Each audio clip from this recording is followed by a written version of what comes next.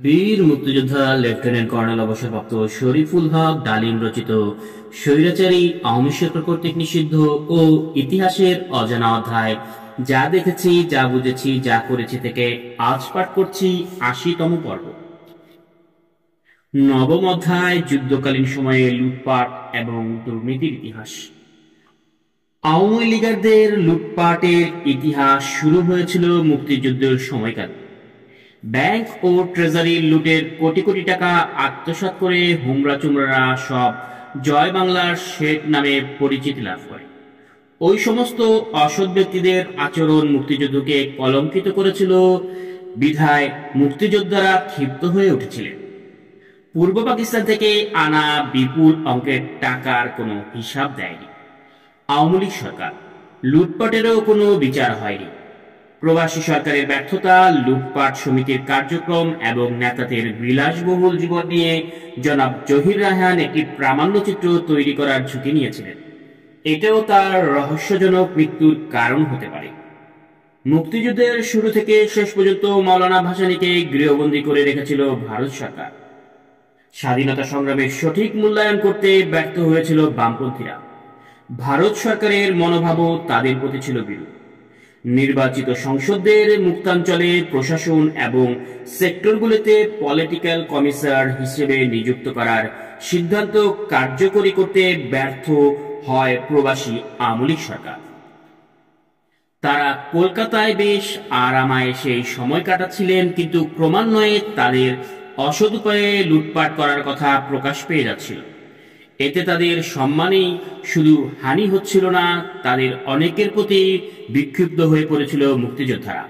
তারা যেখানে অনাহারে, অস্ত্রহীন, বস্ত্রহীন অবস্থায় দেশকে স্বাধীন করার জন্য জীবন বাজি রেখে রণাঙ্গনে রয়েছেন, তখন এ সমস্ত অসৎ রাজনীতিবিদ ও লুটেরার দল লুটপাটের বেসুমার টাকায় বিলাসী জীবনযাপন করে বাঙালিদের বদনাম করছিলেন অতি নির্লজ্জভাবে। এই অপমান মুক্তিযোদ্ধারা কিছুতেই মেনে নিতে পারছিলেন না। কোটি কোটি টাকা বাংলাদেশ থেকে লুটে আনা হয়েছিল। শুধুমাত্র বগুড়ার স্টেট ব্যাংক থেকে লুট করা হয়েছিল ৫৬ কোটি টাকার উপর। এই সমস্ত লুটপাটের সাথে জড়িত ছিলেন রাজনৈতিক নেতারা এবং আমলাদের একটি অংশ। কোটি কোটি টাকা নিয়ে বিদেশের মাটিতে বসে ছিনিমিনি খেলার ন্যাক্কারজনক ইতিহাসের কোনো জবাব আওয়ামী লীগ সরকার প্রবাসে কিংবা স্বাধীনতার পর জনগণের কাছে দেয়ার কোনো প্রয়োজনীয়তাই অনুভব করেনি। মন গড়া হিসাবের ফিরিস্তি দিয়ে লুটপাটের কলঙ্ক মোছা যায় না।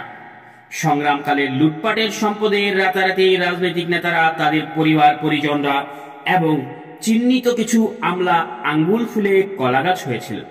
বাড়ি গাড়ি সম্পদের পাহাড় গড়ে তুলেছেন ওই সমস্ত অসৎ ব্যক্তিরা।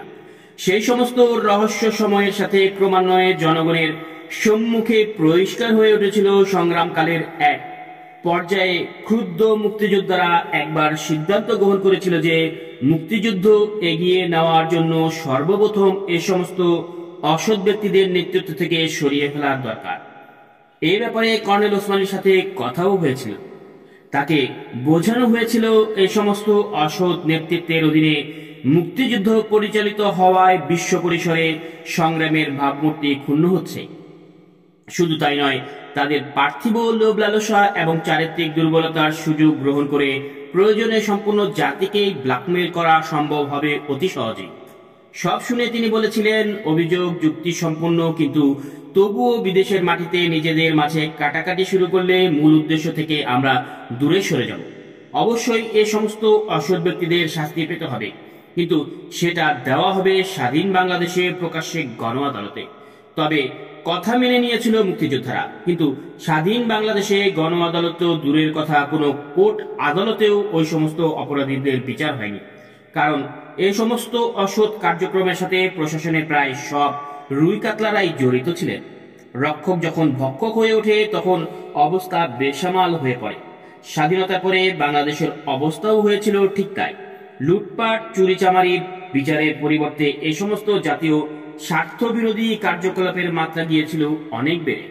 কর্নেল ওসমানীর কথা শুনে কথা হয়েই থেকে যায়।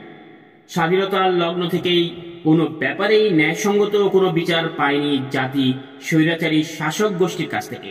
শুধু পেয়েছে ন্যায়, অন্যায়, অবিচার, জুলুম, নির্যাতন, প্রতারণা ও প্রবঞ্চনা।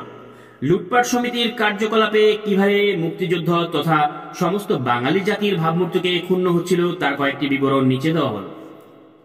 লুটপাট সমিতির সদস্যরা তখন কলকাতার অভিজাত পাড়াগুলোতে এবং বিশেষ করে পার্ক স্ট্রিটের হোটেলে, বার এবং রেস্তোরাঁগুলোতে তাদের বেহিসাবি খরচ করার জন্য জয় বাংলার শেড বলে পরিচিত।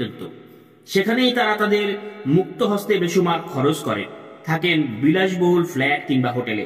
সন্ধ্যার পর হোটেল গ্রাউন্ড, প্রিন্সেস ম্যাগোস, স্টিকার্স, মলিন ক্রো, হিন্দুস্তান ইন্টারন্যাশনাল প্রভৃতি বার রেস্টুরেন্টগুলোতে জয় বাংলার শেঠদের ভিড় জমে ওঠে। দামি পানীয় ও খাবারের সাথে সাথে পাশ্চাত্য সঙ্গীতের আমেজে রঙিন হয়ে ওঠে তাদের আয়েশি জীবন ও বয় বাবুর্চিরাও তাদের আগমনে ভীষণ খুশি হয়। এমনই একজন নেতা তার দলবল নিয়ে প্রত্যেক দিন হোটেল গ্র্যান্ডের বারে মদ্যপান করতেন। তিনি বগুড়া ব্যাংক লুটের টাকার বিরাট একটা অংশ কবজা করেছেন কোনোভাবে। তার কাছে রয়েছে প্রায় 4 কোটি টাকা। একদিন মধ্যরাতে তিনি হোটেলের বারে গিয়ে মদ পরিবেশন করার জন্য বারম্যানদের হুকুম দেন। বারম্যানরা কাচুমাচু হয়ে তাকে জবাব দেয় সময় শেষ হয়ে যাওয়ায় বার বন্ধ হয়ে গিয়েছে। জবাব শুনে ক্রুদ্ধ হয়ে ওঠেন বাঙালি শেঠ। টলমল অবস্থায় চিৎকার করে বলতে থাকে তিনি হোটেলটাই পুরে কিনে নিতে চান। বেসামাল কিন্তু শাসালো খদ্দের, তাই বারম্যানরা চুপ করে সবকিছু হজম করে যাচ্ছিল।